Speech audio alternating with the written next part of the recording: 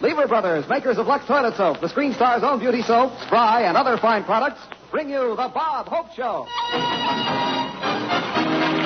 It's the Bob Hope Show with Doris Day, Jack Kirkwood, Irene Ryan, yours truly, High Aberback, Les Brown, and his band of renown, our special guest, Bing Crosby.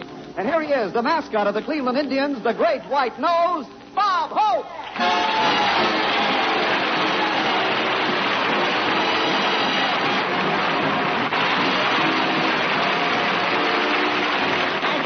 Thank you, Indians. How do you do, ladies and gentlemen? This is Bob back in Hollywood on the first day of Spring Hope, telling you all that at long last, spring is here, the romantic season we all hold dear, when a young man's fancy turns to what Alvin Barkley's been thinking about all year.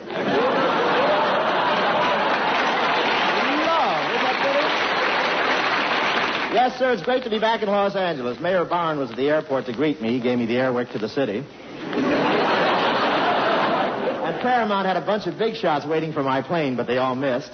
When I arrived back, I heard 3 bands playing and saw 15 giant searchlights. I said, in my honor? A guy said, no, they just opened a salami counter in the Rexall drugstore. I've been playing in vaudeville the last 3 weeks, and the audiences were wonderful. I won't say how they received me, but after the first show, I took out insurance with Prudential. After the second show, Prudential took out insurance with Metropolitan. But I don't mind traveling. I've done a lot of flying. I don't think there's a seat on United Airlines I haven't been under.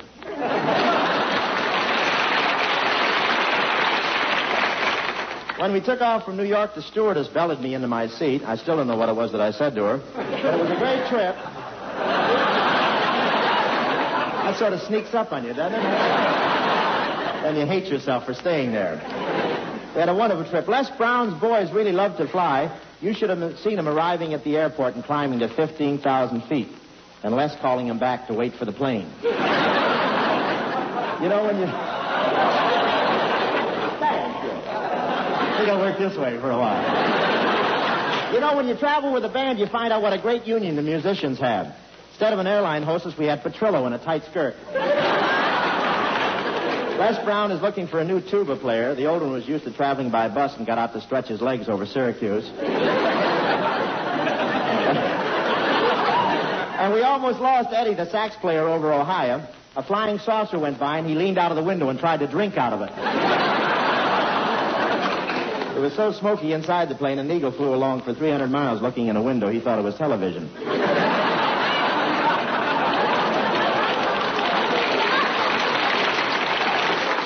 He wanted an introduction to Frankie Lane's Wild Goose. It was a real great trip, and the band treated me like I was one of them. They even let me play a game with them on the plane, blind man's bluff with the door open.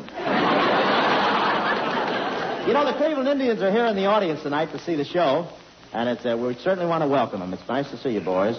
You know, the boys are in town for spring training. That means no drinking, no smoking, and no girls. Look at their condition. Digger Odell's been following them with a basket for 3 days. The Indians are a wealthy team, you know. They don't lay off during the winter. They run around the country yelling, Pontiac, fine car.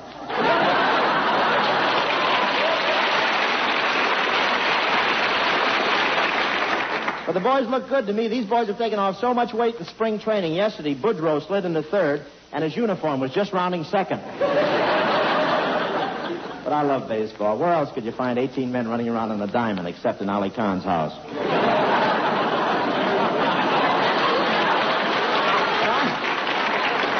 I think they'll have a big season. And this year I had a plan where Cleveland couldn't lose a single ball game. But Happy Chandler said I couldn't take a gun into the bleachers. Thank you very much.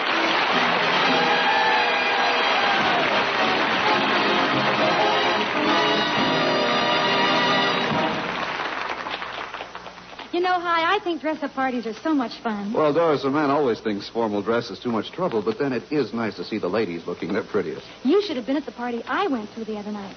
So many lovely gowns. Most of them off the shoulder. Well, as an interested bystander, Doris, I'm for that. Women are dressing up more now for dinner, theater, and dancing. So a girl should be extra grateful for the beauty care that keeps arms and shoulders looking soft and smooth. By that, you mean the soap-lovely screen stars like yourself depend on. Of course. I'm thinking of that new bath-size Lux toilet soap. A Lux soap beauty bath always helps you look and feel your best for a gala evening. The rich, creamy lather leaves skin beautifully fresh. Perfume, too, with a delicate fragrance. Well, that new bath-size cake pleases lovely women everywhere. It makes a wonderfully relaxing, refreshing bath. No wonder it's such a hit in Hollywood. It makes you sure of all over Lux loveliness, that's why. Leaves arms and shoulders feeling smooth as velvet. There's nothing like a Lux soap bath for a quick beauty pickup. Busy women will welcome that tip from you, Doris. Just let me add that the new bath-size Lux toilet soap is being featured at your store now. So if you haven't already tried this new, longer-lasting bath cake, put it on your shopping list. Remember, 9 out of 10 screen stars use Lux toilet soap. Dearie, do you remember when we stayed up all night to get Pittsburgh on a crystal set? Keystone movies, Coogan and Chaplin made you laugh and then cry. Test my memory, my dearie. Do you recall when Gilda Gray did the shimmy shake? And that was the start of the Frisco quake. Dearie, life was cheery in the good old days gone by. Do you remember? If you remember, Well, dearie, you're much older than I.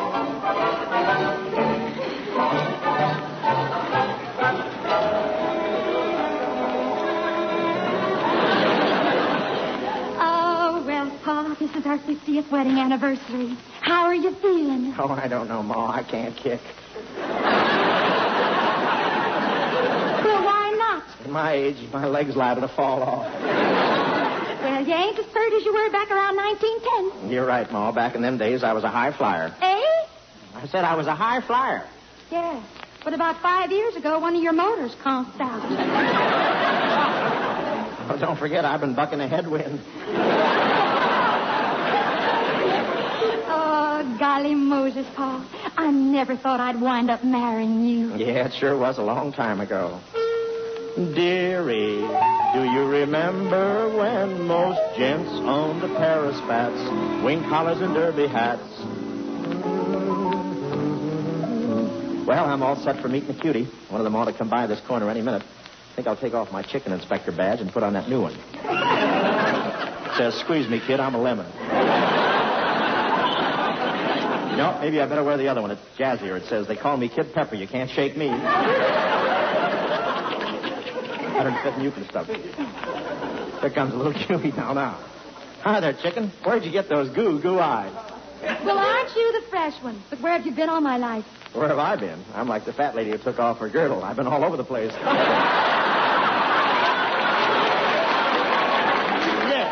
You're too much of a dandy for me. Skip the gutter, kid. Wait a minute. Come back, dag nabbit. I sure wish I knew what was wrong with me and the girls. What I need is somebody to talk to who could give me some advice. Excuse me, boy. My name's Beatrice Fairfax.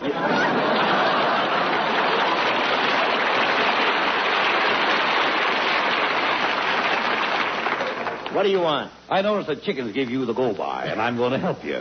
I'm selling a perfume here that really gets the dames. Is it powerful? Powerful. You've heard of one called Conflict, and then there's one named Surrender, another one called I Give In. Yes. This one's called Hello, Operator, Get the Police. Will it attract women to me? Like a bear's attracted to honey. I use it myself. Well, did you get lots of girls? No, but I met a beautiful grizzly. Just put that in your pocket, boy. That'll be $1. You got any more money? Yep. Then here's something else you'll need. It's a book called What Every Young Man Should Know. What every young man should know. Yeah, that'll be $1.50. And here's another book you ought to have. It's called What Every Young Girl Should Know. Well, why do I need that? If you're going to ask the questions, you ought to know the answers.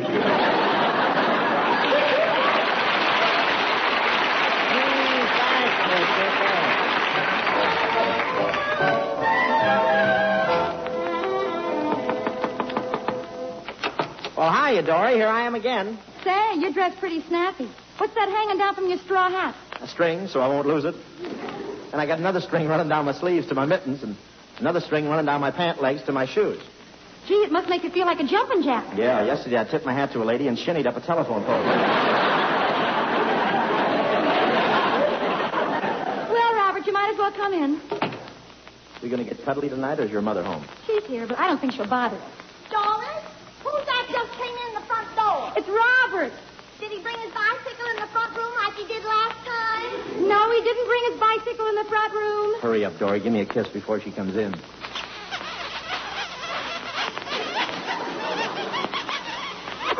He did too. I can hear one of the tires leaking.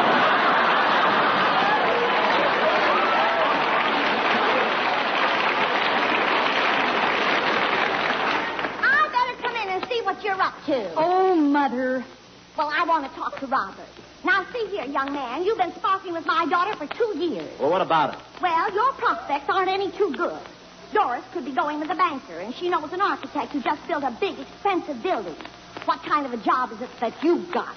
In a bakery draining jelly out of yesterday's donuts.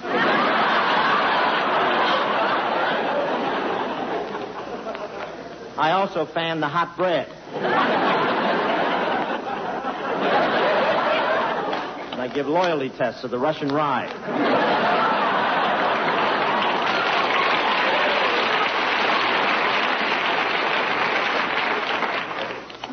Yes. Well, look. I don't have much time to spend with Dory, and I just... Well, don't you fret about me, Robert. I've decided that you're a boy who can be trusted. So tonight I'm going to let you sit on the couch with the lights turned down real low. Gee, that's swell. Do you mean it honest? Yes, and if you behave yourself, tomorrow night I'll let Doris stay in the room with you.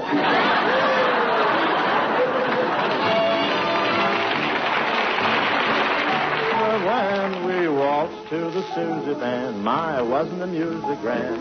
Chowder parties down by the seashore every 4th of July.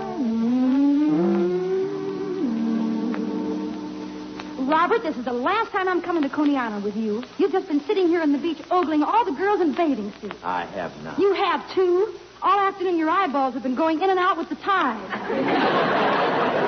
Boy, these 1914 bathing suits are pretty saucy. Well, men's suits are, too. Look how daring yours is. The sleeves only come down to your elbows. And I can see right through those buttonholes in your leather leggings. Well, it's pretty handy in the water. The back end opens up into a lobster trap.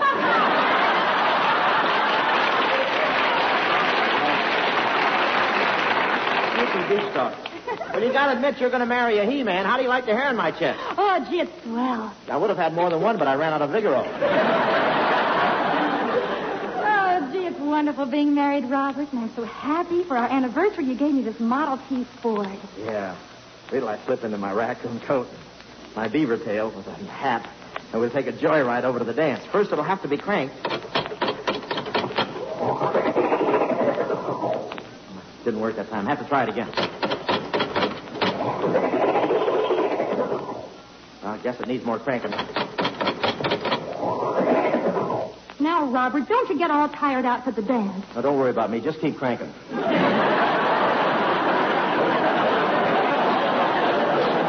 Sure is some bus, huh?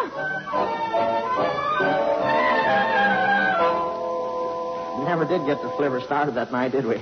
Come here, you little rascal. Give me a kiss. Oh, now, don't you be kittenish, Pa. It's getting so it isn't any fun to kiss you anymore. It ain't? No. The last time the clothespin fell off and your pucker collapsed.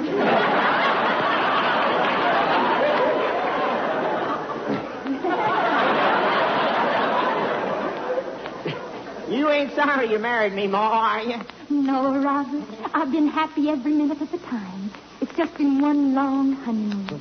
I was just thinking the other day. Here you are, 78 years old, but you've got the zip and the pep of an 18-year-old boy. Yep. You got the pep of an 18-year-old boy? Yes, why? I'm a scout for the Cleveland Indians. You remember, if you remember, well, dearie, you're much older than I.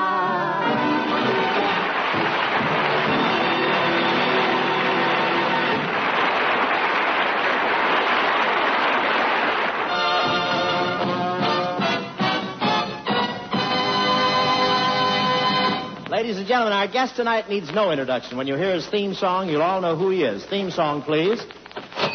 Here he is, Bing Crosby.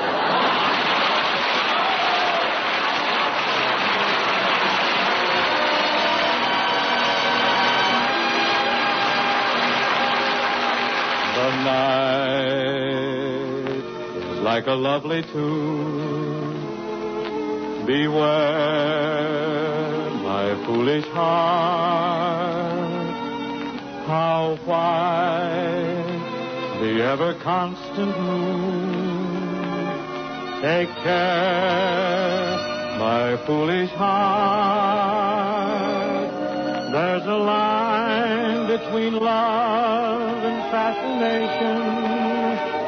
that's hard to see on an evening such as this. For they both give the very same sensation when you're lost in the magic of a kiss. Her lips are much too close to mine. Beware, my foolish heart. But should our eager lips combine, then let the fire start. For this time it isn't fascination or a dream that'll fade and fall apart. It's love. This time it's love, my foolish heart.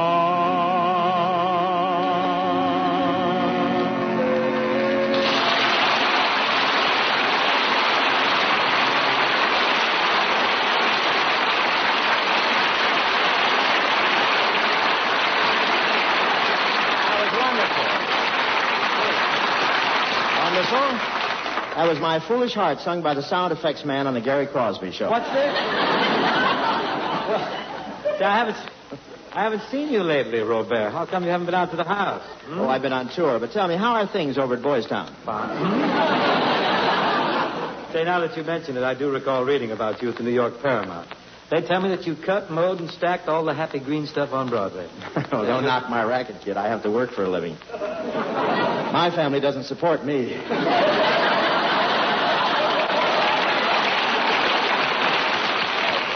I must tell you, Hydrogen Head, I read about you breaking all those records. I'll tell him when he comes. All those records you broke at the New York Paramount. You were a smash. You must come back loaded with loot. How much have we got? I'm empty. After taxes, I didn't even have enough left to pay my bill at the Waldorf Astoria. You did? Well, what did you do? I'm going to have to work it off. You mean? Yes, you're looking at the head flower girl for Elizabeth Taylor's wedding. I want to be the page boy.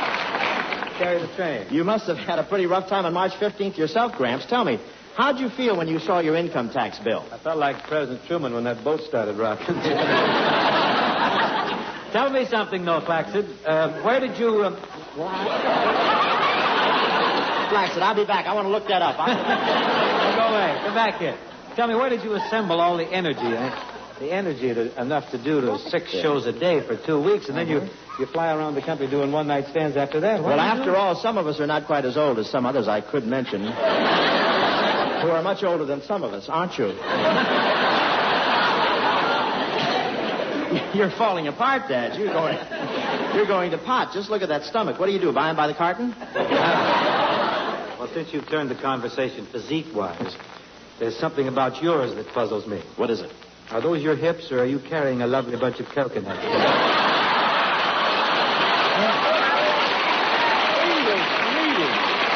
a production you have. You're getting ready for the Palladium. Should we stop these Chiron capers? Okay. You know, you're pretty frisky tonight, Dad. I'm gay tonight. What happened? Did you stop off at Thrifty's for a double Lydia Pinkham? Only one to a customer. 2 straws.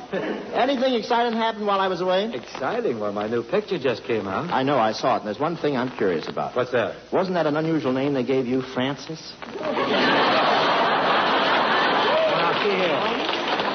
see here, Sagmop. Francis is that picture about the talking mule. Oh, I'm sorry. The ears fooled me. I apologize. I apologize to Francis. Actually, friend, I haven't been around Paramount too much myself lately. After I finished Riding High, which incidentally has its world premiere April 1st at Front Royal, Virginia. Take your time. We're not going Well, right after I finished that picture, Doc Stevens hit me with that shiver here, you know. He did, really? Say, incidentally, it was very nice of you to pay me to visit in the hospital. I appreciate it. We had laughs that day, didn't we? I'll never forget it if I live to be 100. Again. But really... I'm glad your operation went okay and they got through your money belt, Dad. I really am. 7 layers. First class. Still has the big bills. Go ahead. Everything was fine. It was just fine. Of course, I did have a bit of trouble when they first wheeled me into the hospital. What do you mean? Well, the nurses saw the name Crosby, and automatically they rushed me to the maternity ward. Well, I'll never forget that afternoon I came to visit you.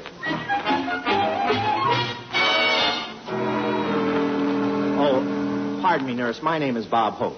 Oh, yes. Plastic surgery is right down the hall.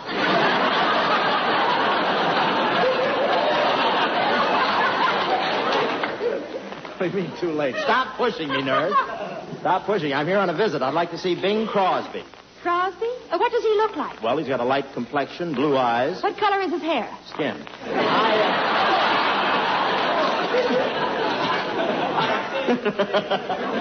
I'm sure you know him. He's the crooner. You'll find him in room 17. It's down the hall. Oh, thanks. Here's Bing's room. I'll go right in.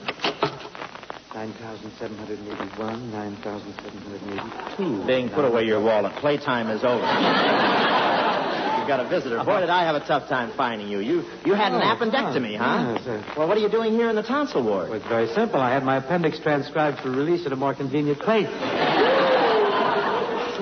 That's my boy. Put his honeymoon on tape so it wouldn't interfere with the fishing season. Bing, I'd never believe you just had an operation. You look like $1 million. Who showed you the bill? Well, you look great, boy. Tell me, what did you do with your appendix? Well, you know, Everett had his appendix taken out at the same time. What does that mean? Well, now you know what you're going to get next Christmas. You mean... Yeah, bookend.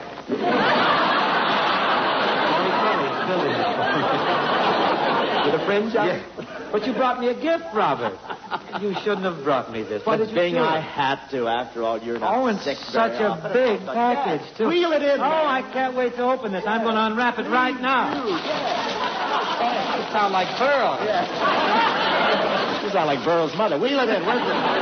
Bring in my package for him. You're going to unwrap it right now. Yes. Right in All front right, of me. I am. All right. Oh, well, just what I needed, a new golf tee. Well, don't look so disappointed. It's not just an ordinary tee. It's the one they stand Mickey Rooney on during his love scene. Say, well, you don't look too comfortable, Flap. Can I do anything for you? Oh, yeah. I wonder if you could help me sit up and crank up the bed, huh? Oh, sure, man. There you are. Now I'll crank up the bed.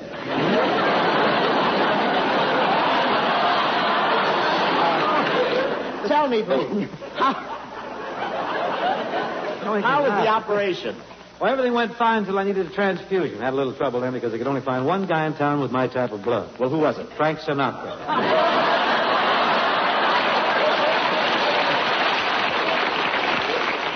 Well, how did it work out? Oh, it was murder. It was awful. When they hooked us up together, Frankie's veins sucked 2 quarts out of mine. I was a patient. He laid down, I got up and went home. That must be solid acidophilus.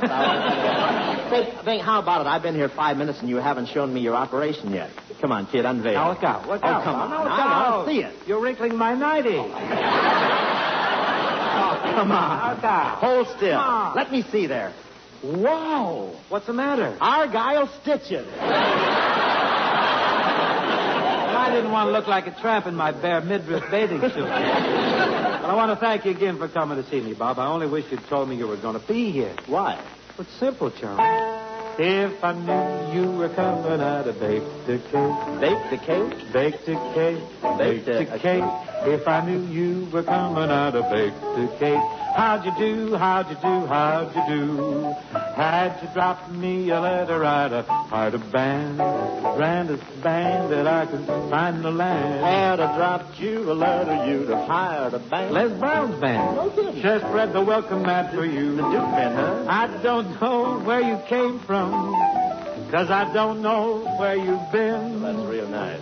Well, look, young man with a horn, I want to tell you it was nice of you to come to see me. And I want to thank you for that gift that you sent me before my operation. Oh, it was nothing. But what am I supposed to do with a pink satin bed jacket? Well, my sister wore it, and she had a baby girl. I thought maybe to bring you the same luck. If I knew you were coming, I'd have baked the cake. Hired a band. Goodness sake, if I knew you were coming, I'd have baked the cake. How'd you do? How'd you do? How'd you do? For